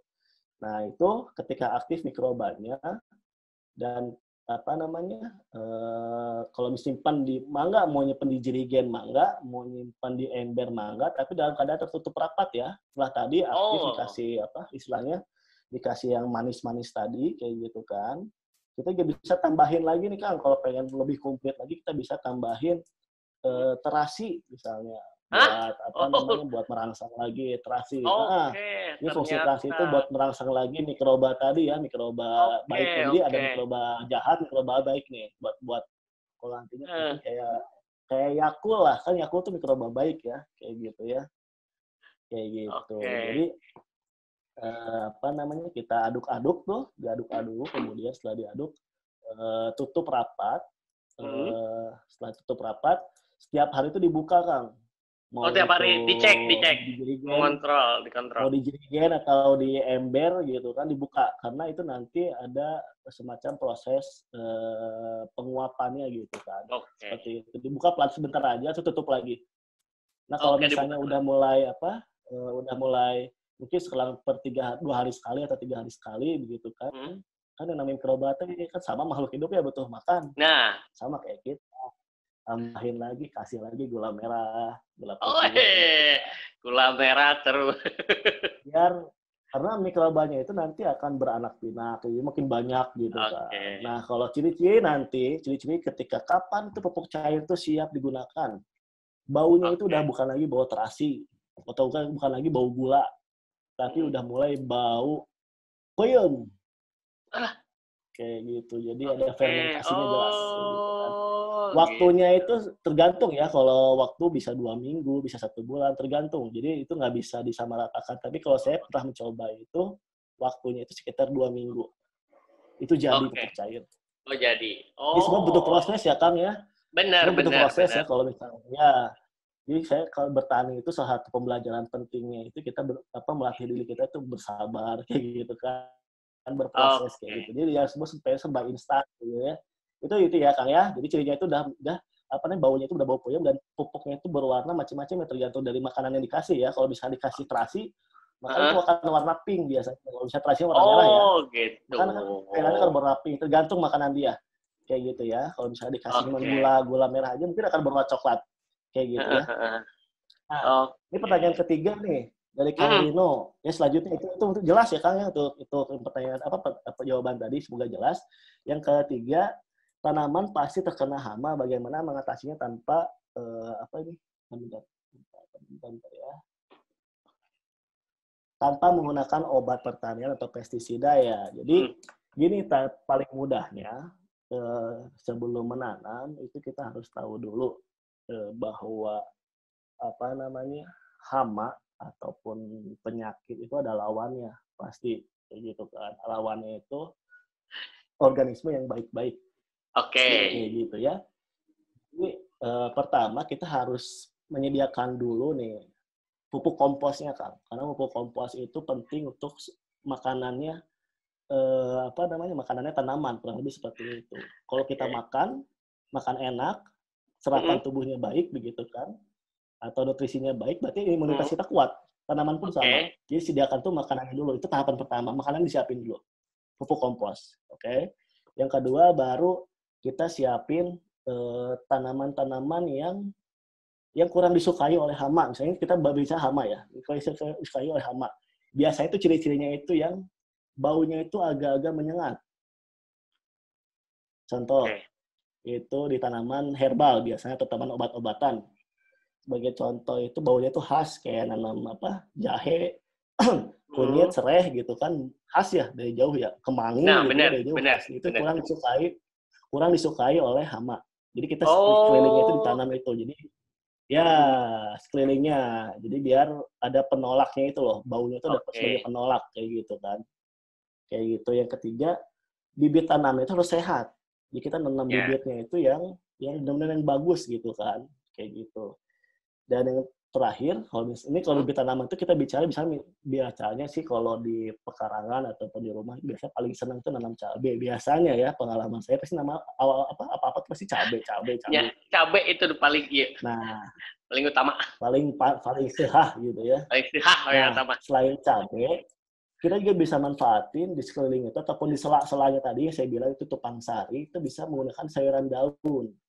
Kayak gitu ya, bisa kangkung, bayam. Jadi yang relatif lebih mudah perawatannya dan juga bandel terhadap hama. Kangkung, bayam, kayak gitu kan. Kalaupun ada hama, paling kangkung atau bayam atau pakcoy paling ulat-ulat yang nggak separah. Biasanya kutu daun nih, kalau misalnya di cabai itu paling banyak kutu daun, kutu putih. Itu hamanya sekali nyerang tuh banyak, kayak gitu kan. Dan itu dampaknya juga, ke bentuk fisik si tanaman itu menjadi kurang bagus lah, entah itu daun yang gulung kayak gitu kan, menguning, itu diakibatkan oleh serangan hama dulu sebelum diakibatkan oleh penyakit kayak gitu. Itu ini tanpa menggunakan obat kan pertanyaan tadi. Ya, yang ketiga atau yang kelima kita juga bisa menggunakan tadi pupuk cair tadi yang sudah kita buat kayak gitu ya. Jadi pupuk cair itu selain nutrisi bagi tanaman, juga sebagai penambah imunitas tanaman. Kayak gitu. Imunitas. Dan terakhir kita juga bisa membuat namanya pestisida nabati, Kang. Pestisida nabati ini berisi dari bahan-bahan yang lagi-lagi nggak disukai oleh hama. Kayak contoh nih, ada daun pepaya kan. Daun pepaya itu pahit kan, betul? Aduh, itu mah luar biasa. Contohnya daun pepaya, daun sirsak, kayak gitu ya. Kemudian juga kalau di ini ada mimba dan lain-lain begitu yang baunya tuh khas juga. Dia bisa campur, cacah begitu kan. Diambil entah itu diperes, dicampur-campur, dibejak-bejak di air, disaring, ambil cairannya, tambah bawang putih misalnya. Atau lemon. Lemon. Diperas, tambah lemon juga mangga, gitu kita semprotkan. Kayak gitu ya, karena dari segi baunya dan juga kandungan zatnya itu kurang disukai oleh hama. Gitu. Ternyata. Bermanfaat ya. Lemon jadi daun sirsak, diperas, dipejat, semprot-semprot. Wah, luar biasa. Alhamdulillah. Ilmu itu. Ya. Oke kan? Udah? Siap. Terima kasih. Luar biasa ya. Ada lagi pertanyaan? Kita buka lagi pertanyaan. Ini di chat banyak nih, Kang. Kita jawab, Kang, satu-satu. Nah, dari Kang Abdul Muid. Kang Abdul tuh di mana, Kang? Karang Taruna mana? Aya ieu mah. Jadi, bagaimana cara mencari jaringan untuk memasarkan hasil berkebun? Karena dalam berkebun kita bukan hanya untuk konsumsi, tapi berkebun juga bisa menjadi nilai ekonomis, menambah penghasilan. Dari komunitas mana, Kang? Kang Abdul Muid. Oke, ya udah dijawab dulu aja. Boleh, Kang? Silakan. Siap. Sebenarnya jawabannya dijawab tadi sama Mang Billy, sama Kang Satria, kayak gitu kan. Jadi udah dijawab jelas tadi, sampai ke teknisnya itu bagus banget idenya. Kayak gitu. Tapi kita berbicara dengan jaringan Karang Taruna yang di Indonesia, kita nggak usah khawatir. Kayak gitu kan. Jadi kalau saya ini mah pengalaman begitu ya, saya sharing aja pengalaman begitu. Kalau kita misalnya orang awam belum punya jaringan ke pengepul, belum punya jaringan ke pasar modern misalnya kayak supermarket kayak gitu kan. Kenapa sih nggak kita manfaatin jaringan yang ada di nomor kontak kita, nomor WA nih? Oke. Jadi nggak usah bingung. Iya. Ini saya langsung ke teknis ya. Kalau tadi konsepnya udah dipaparkan oleh Kang Mang Billy, Kang Satria, begitu ya, dipaparkan tadi konsepnya. Ini secara teknis saja nih buat teman-teman misalnya yang pengen bertani tapi pengen masarin juga. Kayak gitu kan. Kan teman-teman juga punya tetangga ya, punya WhatsApp WA atau punya keluarga yang senang masak ataupun itu kan. Kalau saya dulu awalnya saya pede aja nih, sebar-sebarin aja semua informasi jualan hasil panen saya. Kan sih sama nih, kan saya orang Bandung ke Bogor nggak punya siapa-siapa gitu ya. Dalam artian tuh nggak punya jaringan pasar gitu kan. Saya membuka diri aja melalui status WA. Kalau salah ada status WA ya, kalau dulu belum ada nih tahun 2016 saya. Buka diri ya, maksudnya kita mengenalkan diri sebagai petani, hasil panen kita dari kebun sendiri, kayak gitu kan terjamin kualitasnya, status WA misalnya, atau kita buat media sosial, kayak gitu kan, media sosial di Instagram misalnya ya, atau broadcast di WA, tolong bantu broadcast ini, tolong ini nomor kontaknya saya, begitu misalnya begitu kan, untuk di awal, langkah awal. Tapi saya yakin nih setelah itu juga bakal kebuka lagi, insya Allah pengalaman saya seperti itu. Sampai kita menemukan pemain, apa istilahnya, pemain besarnya, begitu ya. Kurang lebih seperti itu. Kita nggak usah khawatir. Sekarang jauh lebih mudah nih pemasaran, gitu. Sudah matian tuh, akses pemasaran tuh jauh lebih mudah karena medianya banyak, kayak gitu. Alternatifnya banyak, kayak gitu kan. Mau majang di FB aja bisa jadi duit sekarang mah gitu ya. Kayak gitu kan. Mau di e-commerce kayak Tokopedia itu bisa juga. Itu kita bisa manfaatkan lah akses pemasaran. Kayak gitu ya. Jadi, tapi paling mudah itu sebenarnya, kalau hasil pertanian itu sebenarnya paling mudah itu, jauh lebih mudah itu kita nyari pangsa pasaran adalah ibu-ibu. Oh, ibu-ibu. Karena ibu-ibu benar. masak. Ya, benar. Gitu. Nah, tetangga-tetangga kita banyak ibu-ibu coba tawarin kayak gitu kan. Dengan ya tentunya dengan penawaran terbaik yang kita punya, dari packaging-nya harus bagus, kemudian juga kualitas sayurannya ataupun kualitas tanamannya di panen harus bagus gitu ya. Dan lain sebagainya. Kayak gitu kan untuk di awal mencari jaringan ya. Nah, Kang Abdul Muid, ternyata udah ya tadi. Kalau teknis udah dibahas tadi sama Mang Billy ya, teknis rincinya. Oke, udah. Kang Abdul Muid, Sekretaris Karang Taruna Kabupaten Subang. Wah, luar biasa jauh dari Subang. Ada lagi? Boleh? Dari Subang, Kang. Ternyata ada Kang Rian. Kang Rian, Karang Taruna dari Muara Gembong. Tanaman hidroponik apa saja yang cocok untuk wilayah pesisir pantai? Intinya begini. Oh ya, hatur nuhun nih Kang Rian pertanyaannya. Saya izin jawab lagi ya Kang Emon. Siap. Oke, ya intinya begini. Kalau untuk tanaman apa saja hidroponik itu semuanya bisa. Hanya yang paling penting adalah kualitas air. Biasanya kan air di pesisir pantai itu agak ini ya, agak apa bisa dibilang agak basah apa ya? Iya. Kayak gitu. Oh, ya. Jadi kayak gitu. Itu kita harus tahu kualitas airnya. Minimal kita harus tahu dulu nilai pH-nya berapa. Kayak gitu kan. Cek pH itu kan ada alatnya, ada pH meter, ada menggunakan tes lakmus, mangga, kayak gitu kan. Minimal pH air dulu berapa gitu kan. Kayak gitu. Nah, nanti kalau misalnya butuh untuk misal salinitasnya dikurangi ataupun kadar airnya gitu, itu harus kerjasama dengan pihak lab gitu ya. Lab bisa ke balai-balai yang ada di wilayahnya, di pesisir pantai, misalnya di dinas mana gitu kan. Kayak gitu. Tapi secara garis besar sih pH-nya dulu kita harus lihat begitu, apakah pH-nya optimal untuk pertumbuhan tanaman kayak gitu, apakah tidak.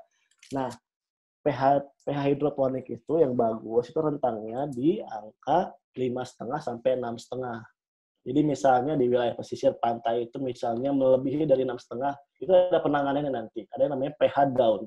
Jadi menggunakan cairan khusus atau pengurang pH kayak gitu ya. Atau misalnya kalau misalnya pH-nya di angka 3 misalnya, bisa di up juga pH-nya nanti. Ada lagi cairannya kayak gitu. Ada kayak gitu. Intinya itu dulu kayak gitu ya. Cek airnya dulu, karena pemegang penting ya hidroponik itu di air, sumber airnya. Oke, next. Nuhun, Kang. Oke. Wah, luar biasa. Jadi tidak sembarangan ya. Kita cek dulu pH-nya, dari mana pH-nya. Oke.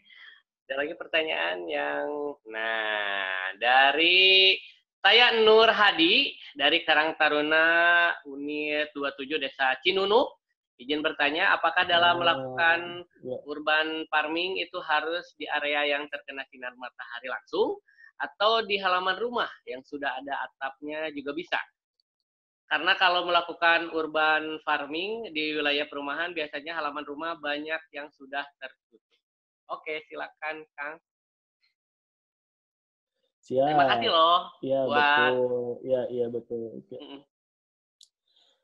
Iya, emang itu syarat utama dan mutlak ya kalau cahaya matahari itu. kayak gitu ya. Jadi emang agak sulit lah kalau misalnya menanam tanaman itu tanpa ada sinar matahari, karena sinar matahari berperan penting untuk fotosintesis. Jadi penyerapan nutrisi itu membutuhkan sinar matahari, Kang. Kayak gitu ya.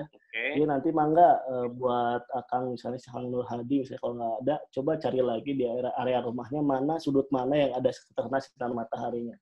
Kalau perlu di rooftopnya atau di atapnya, manfaatin, misalnya atap ada segelintir lahan kecil ataupun lahan ini bisa manfaatin aja, karena itu biasanya kalau di atap bisa terkena sinar matahari misalnya, kayak gitu kalau perlu, kayak gitu. Kalau misalnya nggak membutuhkan sinar matahari itu biasanya kita tanaman hias ya. Jadi kalau tanaman hias sih hanya sekedar mempercantik atau estetika ruangan, kayak gitu ya, kayak kaladium, kayak gitu, aglonema dan sebagainya macamnya. Itu tanaman hias beda lagi fungsinya. Oh, beda lagi. Gitu. Tapi mangga kalau misalnya ya gitu kan, kalau tanaman hiasnya sih paling buat mempercantik ruangan saja kayak gitu. Tapi kalau misalnya tertarik dengan bisnis tanaman hias ya mangga gitu. Itu paling Kang jawaban dari saya gitu. Oke, terima kasih. Luar biasa ya. Oke, ada lagi pertanyaan juga nih. Ya kan? Dibantu juga saya baca chat, gebok teh pelepah pisang, betul, ternyata pelepah cau kan geboknya kita bahas tadi. Pelepah. Oh iya, yang tadi ya. Iya dari tadi. Bonggol ya, maksudnya bonggol pisang. Nah, bonggol, betul. Bonggol pisang. Bonggol, salah. Bonggol pisang. Oke, sip. Udah clear ya, gebok cau apa. Oke, ada lagi dari Kang Ridwan. Punten nanya lagi Kang, dari Kang Ridwan dari Kota Bogor. Apakah limbah cair dari pabrik tempe bisa dijadikan nutrisi untuk tanaman hidroponik? Karena untuk limbah kulit tempenya sudah kami pakai untuk pakan ternak kambing. Hatur nuhun. Oke. Sebenarnya gini, kalau yang namanya hidroponik itu sampai sekarang itu masih bergantung terhadap pupuk kimia, Kang. Nutrisi ABG tadi. Masih bergantung karena sudah dicari beberapa alternatif sebagai pengganti ataupun minimal ataupun yang mengurangi kos produksinya, itu ternyata hasil panennya itu kurang banget dari segi kualitas. Nah, berbicara skala rumahan ataupun hanya untuk kebutuhan rumah, saya pikir bisa kayak gitu ya untuk beberapa alternatif bahan selain nutrisi ABG. Tapi kalau untuk berbicara bisnis itu akan sulit kan, kayak gitu. Nah itu mangga dicoba, saya pikir bisa kan? Bisa, oke. Bisa. Oke, bisa ternyata. Itu bagus banget tuh, limbah-limbah itu bisa dimanfaatkan ya. Oke. Ternyata tidak usah repot-repot mencari kemana-kemari, limbah juga yang ada kita bisa manfaatkan semaksimal mungkin. Wah, luar biasa. Kang Ridwan, wah pertanyaannya luar biasa. Oke, tidak kerasa sebentar lagi kita pamit ya. Oke, terima kasih yang sudah bertanya di chat Zoom atau di raise hand juga ya. Terima kasih narasumber kita ya Kang, terima kasih. Oh ada satu lagi nih. Sebelum penutup ya, jadi pertanyaan, tanaman apa yang cocok untuk bercocok tanam Emon Mijil? Jadi saya bercocoknya tanaman apa, Kang? Ya saya mah cocok kangkung aja ya, Kang ya. Luar biasa. Tanaman untuk kamu gitu kan. Kang, terima kasih ya. Ada motivasi mungkin untuk rekan-rekan kita, teman-teman kita, biar bisa semangat melakukan cocok tanamannya. Boleh dikasih motivasinya, Kang? Ya, hatur nuhun, Kang Emon sudah memberikan kesempatan pada saya dengan teman-teman dari Sinergi Production ya. Sinergi Production dan juga teman-teman Karang Taruna Jabar. Juga ada volunteer dokter ya, Voldi, teman-teman Voldi. Satu lagi apa yang bisa disebut, udah apa kolaborasi apa lagi nih selain itu? Samudra Indonesia Peduli. Samudra Indonesia Peduli, betul. Hatur nuhun sudah mengundang saya di acara sharing-sharing kali ini. Sehingga mohon maaf kalau kita belum bisa bertatap muka secara langsung karena ada masalah di teknis koneksi internet begitu kurang lebih. Siap. Ya mohon maaf. tapi dengan senang hati, dengan suatu rasa bangga begitu ya, rasa kebanggaan yang sangat tinggi, bisa sharing dengan teman-teman Karang Taruna karena saya besar dari Karang Taruna kayak gitu kan, dan juga ibaratnya kehatean lah ke Karang Taruna mah gitu ya. Jadi apapun, kalau misalnya pengen kolaborasi, karena saya basicnya dari pertanian, kolaborasi ataupun dari dunia usaha, kolaborasi pertanian, kolaborasi usaha ekonomi produktif, karena ada bidangnya ya, di Karang Taruna itu ada bidang usaha ekonomi produktif. Kayak gitu, itu dengan senang hati, insya Allah kita bisa berkolaborasi bareng, kayak gitu kan. Dan pesan pertaniannya buat teman-teman, sekali lagi, memakan yang ditanam dan menanam yang dimakan, kayak gitu kan. Seperti itu. Dan juga bertani itu bukanlah sebuah pekerjaan yang yang sia-sia ataupun yang melelahkan ataupun yang menyulitkan. Kita beranggapan, kita harus memiliki mindset bahwa bertani itu adalah kegiatan yang menyenangkan, yang menyehatkan, kayak gitu kan. Karena sekali lagi, sektor pangan atau sektor pertanian itu merupakan hajat hidup umat manusia sampai detik ini. Manusia nggak bisa mengganti alternatif makanan itu selain dari produk pertanian. Kalau nggak makan, manusia nggak akan hidup, kayak gitu. Kurang lebih seperti itulah. Jadi cintailah produk pertanian Indonesia, kayak gitu kurang lebih, ataupun mulailah kita bertani dimulai dari rumah kita sendiri, dimulai dari pekarangan kita sendiri, kayak gitu. Jadi kita dengan beberapa konsep atau dengan beberapa metode begitu yang tadi saya jelaskan ataupun saya sharingkan, begitu mangga itu metode apa aja mangga gitu kan. Tapi sekali lagi kita bisa mulai bertani dari sekarang. Ada hikmahnya ya COVID-19 ini. Kayak gitu. Siap. Insyaallah. Hatur nuhun, Kang. Sami-sami, Kang Herdian, terima kasih hatur nuhun ya. Nah, sekarang kita sambutan dan penutup dari Bapak Dr. Dani Ferdian, Magister Kesehatan Masyarakat. Beliau selaku penanggung jawab program ini ya. Boleh Bapak Dr. Dani? Baik, Kang Emon, hatur nuhun. Suara saya terdengar ya. Ada. Kang Herdian, nuhun pisan Kang Herdian nih sudah mau berkenan nih. Tapi saya nggak bisa tatap muka ya. Gitu. Punten ya. Ya, tadi saya juga, tapi alhamdulillah masih bisa masuk dan memberikan materi yang sangat baik ya. Saya sempat deg-degan tadi begitu Kang Herdian udah hampir 20 menit belum bisa gabung gitu. Karena saya nggak bisa gantiin jadi pemateri dan nggak ngerti masalah pertanian dan lain sebagainya gitu. Kalau masalah kesehatan sih mungkin bisa di backup. Nah, alhamdulillah tapi masih bisa gabung.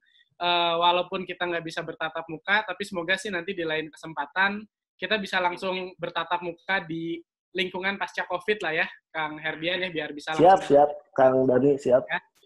Hatur nuhun, materinya sangat baik. Saya juga ikut menyimak dan lagi-lagi jadi nambah informasi baru. Semoga aja sih Kang Herdian ya setelah ini gitu, tidak ada lagi warga masyarakat di sekitar lingkungan kita yang mungkin nggak bisa makan gitu, gara-gara dia apakah karena putus pekerjaan atau rentan dari segi ekonomi gitu. Karena kan nyatanya kita masih bisa menanam apa yang kita makan ya, Kang Herdian ya. Betul. Harapannya pasca materi Kang Herdian ini, teman-teman Karang Taruna setidaknya gitu ya, bisa mulai praktek, bisa mulai ngedorong, terutama masyarakat-masyarakat yang rentan dari segi ekonomi, untuk bercocok tanam di rumahnya gitu ya. Jadi nggak hanya mengandalkan bantuan sosial, betul nggak Kang Herdian ya? Jadi nggak cuma bantuan sosial, tapi mereka bisa nanam tadi tanaman hidroponik atau lele tadi ya di ember gitu kan, dengan sayuran-sayurannya di atasnya dan lain sebagainya lah. Dan ternyata tadi kalau harapan saya tadinya setidaknya pelatihan ini tuh bisa memenuhi hal tersebut gitu. Orang jadi bisa berdaya setidaknya untuk dari segi pangan untuk dirinya sendiri atau ya untuk di lingkungan komunitas lah. Tapi ternyata tadi banyak obrolan-obrolan yang mengarah bahwa ternyata ini pun sangat potensial untuk mengarah kepada pemberdayaan ekonomi juga ya gitu. Jadi nyatanya dia tidak hanya untuk memenuhi kebutuhan pangan warga saja gitu ya, tapi juga bisa untuk dijadikan aset yang produktif juga untuk pemberdayaan ekonomi di sebuah wilayah juga. Jadi ya luar biasa, saya rasa pertemuan ini tidak cukup, Kang Herdian ya. Jadi semoga ini menjadi sebuah stimulan saja gitu ya. Semoga setelah ini Karang Taruna yang lain juga bisa cari sumber informasinya yang lain yang lebih banyak. Atau bahkan tadi saya baca nih di chat gitu ya, orang-orang pada semangat nih teman-teman Karang Taruna untuk semangat setelah ini kalau bisa mah kita latihan, langsung ke kebun gitu kan kalau udah COVID nih. sama Kang Herdian. Tadi beberapa ada yang nanya, sekalian juga dong bibitnya bisa dicari di mana ya? Siapa tahu dengan pertemuan ini kita bisa berjejaring ya Kang Herdian ya. Bisa berjejaring. Kang Herdian juga semoga sih jangan kapok untuk bantu teman-teman Karang Taruna gitu. Sengaja yang dihadirinnya Kang Herdian karena kalau ahli pertanian saja, bukan anak Karang Taruna gitu. Dia kan belum tentu tahu prak-prakannya di lapangan gitu. Benar nggak Kang Herdian ya? Jadi dia tahu materinya, tahu praktisnya, tapi kan berkaitan dengan Karang Tarunanya dan implementasi di lapangannya kan mungkin nggak fasih Kang Herdian. Nah, jadi sekali lagi terima kasih banyak Kang Herdian dan juga teman-teman yang lain. Terima kasih banyak. PR-nya setelah ini mah yuk kita menanam gitu.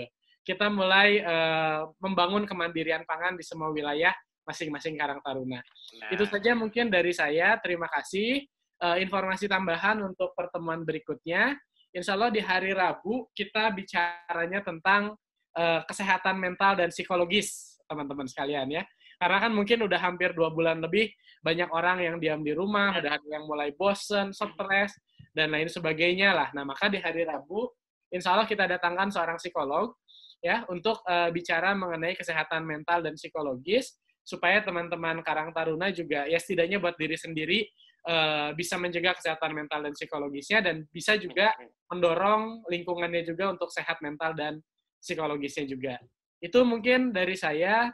Terima kasih sekali lagi buat Kang Herdian, buat Karang Taruna Jawa Barat, dan teman-teman yang masih setia nih berpartisipasi di pelatihan ke berapa? 8 ya ini, ke 8. 8. Mohon, terima kasih hatur nuhun Kang Emon dan semuanya. Oke, terima kasih Dr. Dani Ferdian, Magister Kesehatan Masyarakat selaku penanggung jawab program ini ya. Boleh kalau ada waktu dari Kang Satria selaku perwakilan dari Karang Taruna Jawa Barat, Kang? Saya Emon punten. Kulan? Ya, Kang. Itu mangga buat Mang dan Teteh. Kang Satria putus bentar ya, saya izin. Oke. Mang Teteh saya sudah mencantumkan nomor WA saya di chat. Barangkali ada yang ingin berkolaborasi, insya Allah saya siap begitu ya kalau buat Karang Taruna mah. Kayak gitu ya, ada nomor WA saya yang kolaborasi terkait dengan dunia pertanian dan usaha, mangga. Kayak gitu. Hatur nuhun. Siap, Kang Herdian. Silakan lihat di chatnya ya. Oke, Kang Satria. Siap. Oke. Mangga, siap. Silakan, Nuhun, pertama bencana itu ada 3 hal. Pertama adalah pencegahan, yang kedua tanggap darurat, yang ketiga pasca. Nah, yang kita bicarakan ini ada di 3-tiganya. Jadi yang soal ketahanan pangan itu bisa pencegahannya, kemudian bisa tanggap darurat, dan yang paling penting adalah pasca. Bagaimana kemudian kita, apalagi di new normal ini, kita tetap ekonomi kita giatkan, lalu ketahanan pangan kita bangun, kemudian sambil tetap waspada dengan protokol kesehatan. Itu yang paling penting. Dan karena kita ini adalah komunitas siaga COVID, maka walaupun tadi sarannya bisa bercocok tanam di rumah sendiri, tapi alangkah baiknya kalau ini bisa dikoordinasikan bersama di dalam sebuah komunitas. Karena bagaimanapun juga mungkin teman-teman kalau sendiri-sendiri agak bingung mau nanya apa segala macam. Tapi kalau ditempatkan di dalam kerangka komunitas bersama-sama, kadang-kadang kan ada desa sampai RW segala macam, mungkin ini lebih baik. Jadi tempat bertanyanya ada, kemudian tempat kompaknya juga ada, dan sebagainya. Jadi yang punya lahan siapa? Kan biasanya kadang-kadang juga suka ada yang ditawari lahan tidur oleh kepala desa, oleh lurah, oleh pemerintah. Nah, itu dimanfaatkan betul lahan tidurnya supaya bisa kita tanam dengan tanaman-tanaman yang produktif.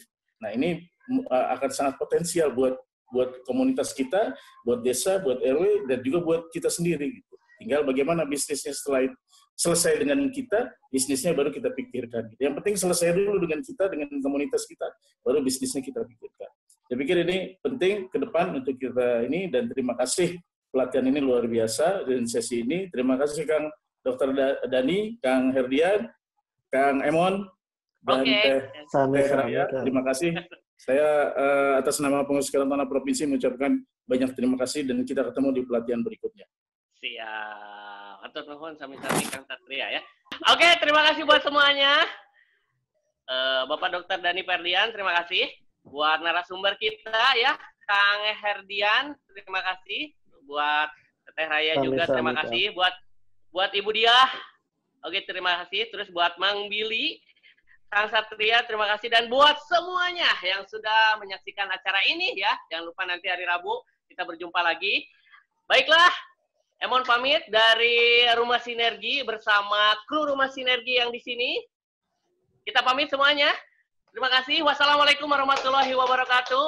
Atur nuhun, terima kasih. Salam tangguh. Waalaikumsalam.